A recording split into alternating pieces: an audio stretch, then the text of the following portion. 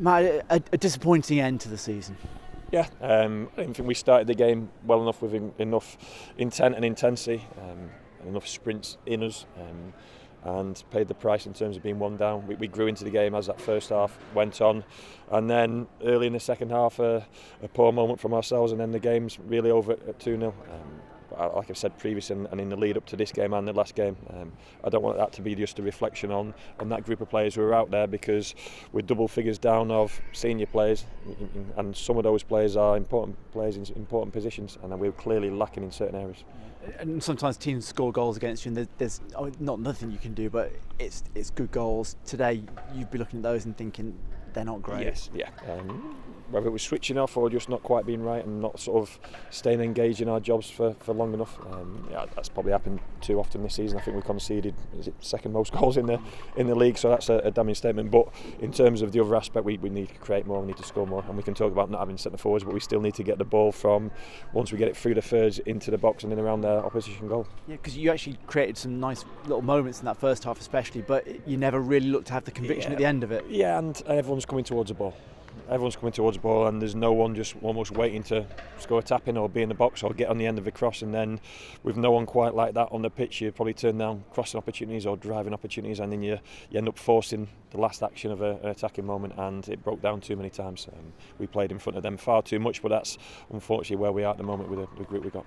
So obviously a lot of decisions to make. I think the news will start coming out next week, but you obviously made your decisions. Would you envisage it being a very busy summer?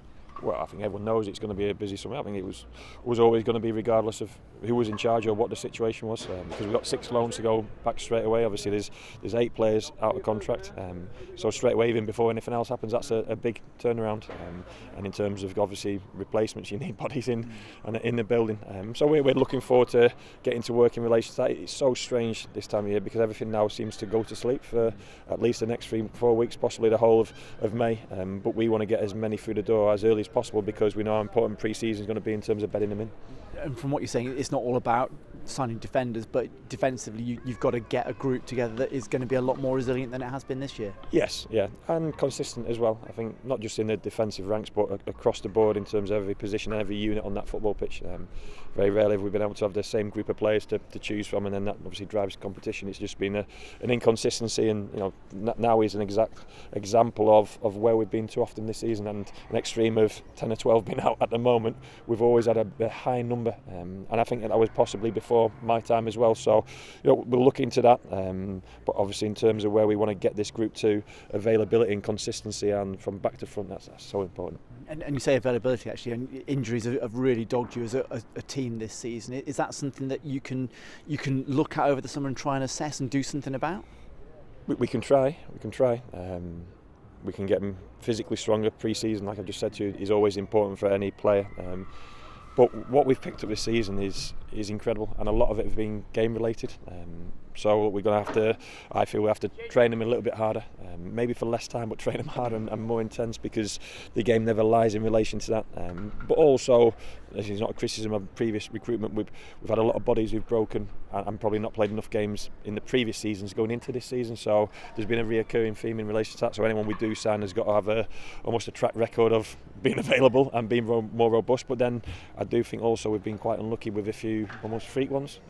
It's been surreal in terms of what's come on a daily, let alone a weekly basis. So in terms of your week, I guess a few days sort of sorting out what it's going to look like for next season, and then is it literally trying to bring bodies in as soon as humanly possible? The players know, I've tried to be honest with them from day one, so they've known for probably a little while, and obviously this week I've had all the conversations player-wise.